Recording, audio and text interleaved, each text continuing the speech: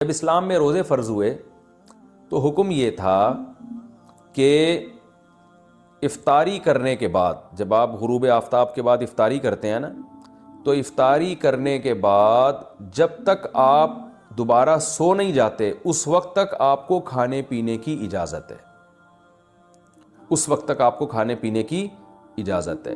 ایک بات، جیسے ہی آپ کی آنکھ لگ گئی دوبارہ اٹھے تو بس اب کھانا پینا آپ پر دوبارہ کیا ہو گیا؟ حرام ہو گیا، یعنی روزہ آپ کا شروع ہو گیا۔ ایک حکم تو یہ تھا۔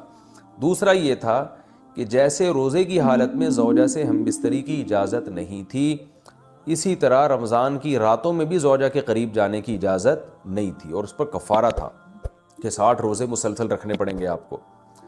تو بعض صحابہ سے یہ کوتاہی ہو گئی۔ ایک صحابی رسول اللہ صلی اللہ علیہ وسلم کے پاس ہے، بڑا دلچسپ واقعہ ہے۔ ان سے رمضان کی رات میں اپنی زوجہ سے ہم بستری ہو گئی تو آپ صلی اللہ علیہ وسلم نے فرمایا کہ وجہ کیا تھی، کیسے ہوا تم سے، کیوں ہو گیا یہ؟ تو انہوں نے فرمایا یا رسول اللہ، میری زوجہ کی پنڈلی میں نے دیکھی، اس پہ نظر پڑی، وہ انہوں نے کہیں اپنا پائنچہ اوپر کیا تو بس میں جو ہے وہ برداشت نہیں ہوا اور میں مجھ سے جمع ہو گیا۔ تو آپ صلی اللہ علیہ وسلم مسکرائے اور آپ نے فرمایا کہ 60 روزے رکھو۔ انہوں نے فرمایا یا رسول اللہ، ایک روزہ نہیں، اتنا مشکل ہے ایک روزہ رکھنا، تو 60 کیسے رکھوں گا؟ آپ نے فرمایا جو ہے 60 مسکینوں کو کھانا کھلاؤ 2 ٹائم کا۔ انہوں نے عرض کیا یا رسول اللہ، میں تو خود مسکین ہوں، میرے پاس تو کھلانے کے پیسے نہیں ہیں۔ تو اب اسلام میں اصل حکم تو یہ ہے کہ اگر روزے کی حالت میں آپ زوجہ سے ہم بستری کر لیں تو لگاتار 60 روزے رکھنے پڑتے ہیں۔ اس کی اگر استطاعت نہیں، یعنی آپ بوڑھے ہیں، بیمار ہیں، تو پھر آپ 60 مسکینوں کو 2 ٹائم کا کھانا کھلائیں گے۔ اس کی استطاعت نہیں ہے تو اب کچھ نہیں کرنا، اب یہ انتظار کرنا ہے کہ جب استطاعت پیدا ہو جائے تو 60 مسکینوں کو کھانا کھلانا ہے آپ نے، ورنہ بیٹھے رہیں آرام سے۔ لیکن نبی صلی اللہ علیہ وسلم نے ان کی دلجوئی کے لیے، اور کہ چلو کچھ تو تھوڑی بہت ان کو سزا ملے، تو آپ صلی اللہ علیہ وسلم نے ان کو حکم دیا کہ اچھا چلو 60 مسکینوں کو کھلا بھی نہیں سکتے، غریب ہو، تو پھر ایسا کرو کہ صحابہ کو حکم دیا۔ اچھا پھر انہوں نے فرمایا کہ آپ صلی اللہ علیہ وسلم نے فرمایا کہ ٹھیک ہے، صحابہ کو حکم دیا ان کے لیے کچھ چندہ کرو اور ان کو دو تاکہ یہ کسی غریب کو صدقہ کر دیں، کچھ تو تلافی ہو نا جو غلطی ان سے ہوئی ہے۔ تو صحابہ نے سب نے کچھ چندہ کیا اور ان صحابی کو پکڑایا کہ بھائی مدینہ میں کسی مسکین کو صدقہ کر دو۔ تو انہوں نے عرض کیا یا رسول اللہ، مجھ سے زیادہ مسکین کو صدقہ کروں میں، یعنی سب سے بڑا مسکین تو میں ہی ہوں۔ تو آپ صلی اللہ علیہ وسلم ہنس پڑے اور آپ صلی اللہ علیہ وسلم فرمایا جاؤ کھاؤ، ٹھیک ہے نا، کھاؤ اور اپنے اہل و عیال کو کھلاؤ۔ تو یہ بڑا دل لگی کا معاملہ ہو گیا ان صحابی کے ساتھ۔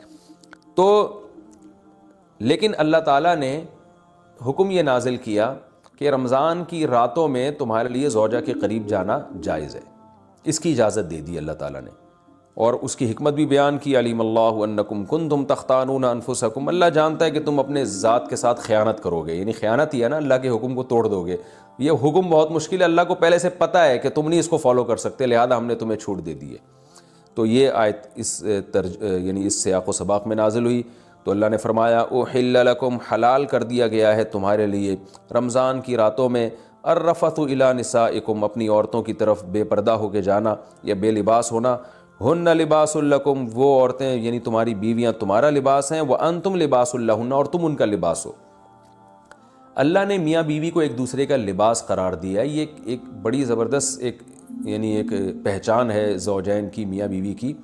لباس اس لیے کہ لباس کا کام ہوتا ہے آپ کے ان اعضاء کو چھپانا جو آپ کے لیے ضروری تو ہیں لیکن آپ دنیا کے سامنے اس کو دکھانا نہیں چاہتے ہیں، وہ آپ کی بے عزتی کا ذریعہ بنتے ہیں۔ تو اللہ تعالیٰ نے مرد میں بھی سیکشول ڈیزائرز رکھی ہیں، عورت میں بھی سیکشول ڈیزائرز رکھی ہیں، اور یہ ڈیزائرز انسان کی فطرت ہیں، لیکن فطرت کے باوجود کوئی بھی ان چیزوں کو نمایاں نہیں کرنا چاہتا۔ یعنی جیسے آپ نے جانور دیکھے ہوں گے، وہ کھلے عام اپنی اس خواہش کو پورا کر رہے ہوتے ہیں۔ تو مرد اور عورت میں اللہ نے یہ خواہش تو رکھی ہے، مگر وہ کوئی بھی یہ نہیں چاہتا شریف آدمی کہ میں اپنی اس خواہش کو اس طرح سے پورا کروں کہ لوگوں کو پتہ چل رہا ہو۔ اس میں انسان کی بے عزتی ہے، رسوا ہو جاتا ہے۔ تو اندرون خانہ ہی میاں بیوی ایک دوسرے کی اس خواہش کو پورا کرنے کا ذریعہ بنتے ہیں، اور وہ ایک دوسرے کے ایک ایسی خواہش کو جو ایک عیب سمجھی جاتی ہے دنیا کی نگاہوں میں، اس عیب کو اندرون خانہ پورا کر کے اس کے چھپا دیتے ہیں ان عیبوں کو۔ اگر وہ میاں بیوی ایک دوسرے کے لیے لباس نہ بنے اور ایک دوسرے کے اس عیب پہ پردہ نہ ڈالیں، یعنی ایک دوسرے کی خواہش کی تکمیل کا ذریعہ نہ بنے، تو اس بات کا امکان ہوتا ہے کہ یہ دونوں مرد بھی اور عورت بھی کسی اور طریقے سے اپنی خواہش پوری کر کے دنیا کے سامنے ذلیل اور رسوا ہو جائیں۔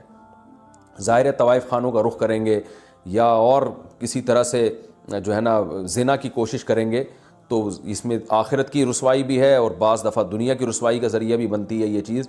تو میاں بیوی اندرون خانہ ہی بند کمرے میں ایک دوسرے کی اس خواہش کو پورا کر کے ایک دوسرے کی خواہش پہ پردہ ڈال دیتے ہیں، بالکل جیسے لباس آپ کے جو جسم کے پوشیدہ اعضاء ہیں ان کو چھپا دیتا ہے۔ تو دو کام کرتا ہے لباس، ایک تو یہ کہ آپ کے جسم کے جو پوشیدہ اعضاء ہیں ان کو چھپا بھی دے گا، اور دوسرا لباس زینت کا کام بھی کرتا ہے، جب آپ لباس پہن کے باہر نکلتے ہیں تو اور اچھے بھی لگتے ہیں۔ تو اللہ تعالیٰ نے ایسا ایک انتظام کیا، میاں بیوی کو ایک دوسرے کے لیے ایسا بنایا کہ ایک دوسرے کی خواہش کو اندرون خانہ ہی یہ پورا بھی کر دیتے ہیں اور زینت کا ذریعہ بھی بنتے ہیں۔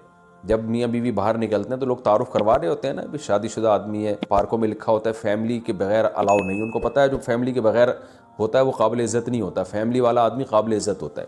تو وہ زینت کا ذریعہ بھی بنتے ہیں کہ بھائی شادی شدہ آدمی ہے، بال بچوں دار آدمی ہے، بال بچوں والا آدمی ہے، تو زینت اس لحاظ سے بھی کہ لوگوں کو اس سے خطرہ بھی کم ہوتا ہے، وہ ایسی اوباش لڑکوں جیسی حرکتیں بھی یعنی حرکتیں بھی نہیں کرتا، اور زنا سے بھی بچ جاتا ہے وہ، تو اس لحاظ سے بھی لوگوں کو اس سے خطرہ نہیں ہوتا۔